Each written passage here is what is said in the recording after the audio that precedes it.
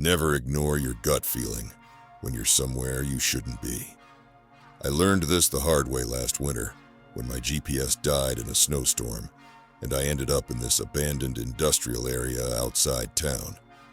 I'm walking around looking for cell service when I see this guy in a maintenance uniform just standing perfectly still between two buildings.